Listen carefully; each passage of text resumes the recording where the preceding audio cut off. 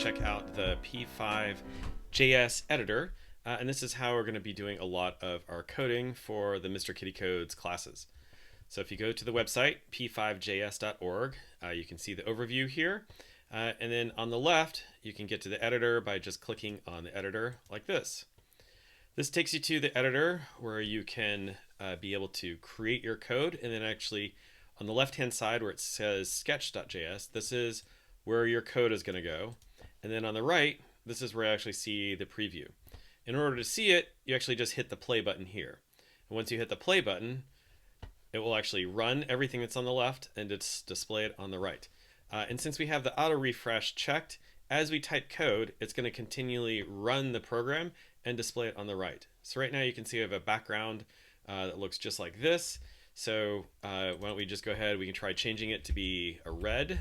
So RGB, so red 255, 0, 0, and then red shows up. So if you add more, you can kind of see what the colors look like. And if you go all to white, it kind of almost disappears, but not quite. Now here you'll see that there are two functions. We have the setup, and in the setup, this is where you're going to put everything that happens once, because setup is only called when the program actually starts the first time. And the one that we have here is creating the canvas. This tells us the size of the screen that's over here. So let's make it a different color so we can actually see it. So you can see right now it's 400 by 400. So if we change this, we could actually make it 300 by 400 or 300 by 100. But usually the default is pretty good. 400 by 400 is large enough. You can actually make it larger if you have a larger screen. The other thing you can put in here is we have the background. You can also put in your commands here to basically do a fill. So we could do a red, and then we can draw a rectangle. So the rectangle, let's say we started off at 50 for the X, 75 for the Y, 100 width, and 200 height. Let's see what that looks like. And the nice part about this is if you don't like where it is, you can actually just change it a little bit and watch to see how it will populate and move to the right.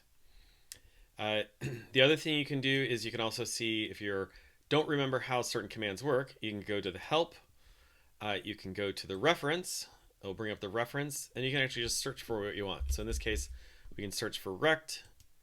Here's just give you a bunch of examples for the rect command, and then you get a description, and then you can see the parameters. So it's a good way to, if you don't remember what something was, or you're just looking for something new, you can go there.